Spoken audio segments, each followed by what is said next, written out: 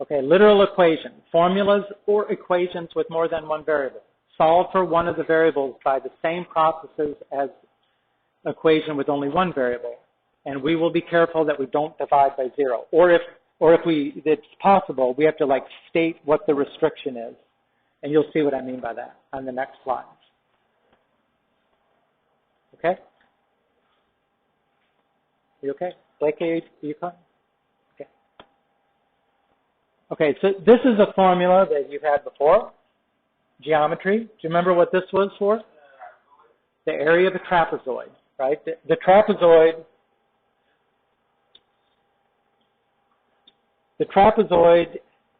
has two parallel sides, but the other sides are not parallel, which means it has two bases, right? It has one base and another base are not necessarily the same size. And then it has a height. So in this formula, the area of a trapezoid, 1/2 the height times B1 plus B2. So you've used this before. That's an example of a formula. So it says solve this formula for the B1.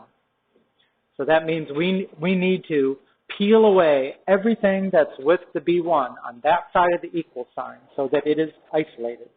And we can see on that side, there's a 1/2, there's an H, and there's a B2. So which do you think we're going to deal with first? Okay, you could distribute.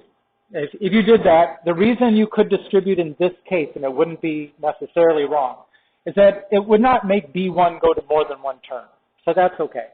You could also just say, let's get rid of the 1/2 first, and then get rid of the H first, as a means of peeling those away. So either one of those is okay. I'll go ahead and do what he suggested, okay, because it's not wrong. The answer might look different, but it'll be the same thing. Let's distribute. A equals 1/2 H B1 plus 1/2 H B2. Okay, now what should I do next? Minus.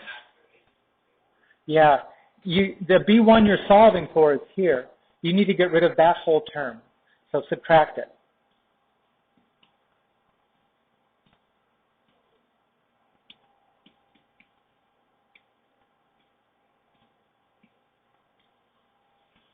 So on the left now, we've got A minus 1/2 H B2.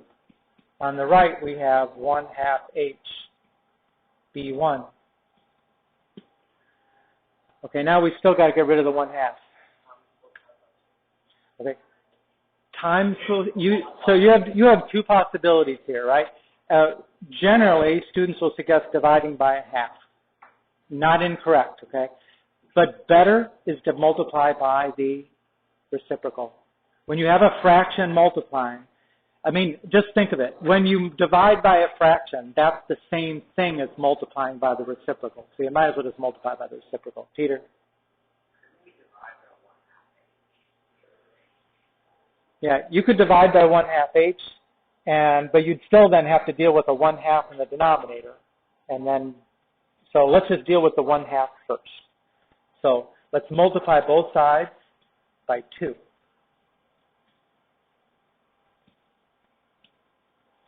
Right, so now we've got 2 times A minus 1/2 HB2 equals HB1. And now what's the last step to isolate B1? Divide by H.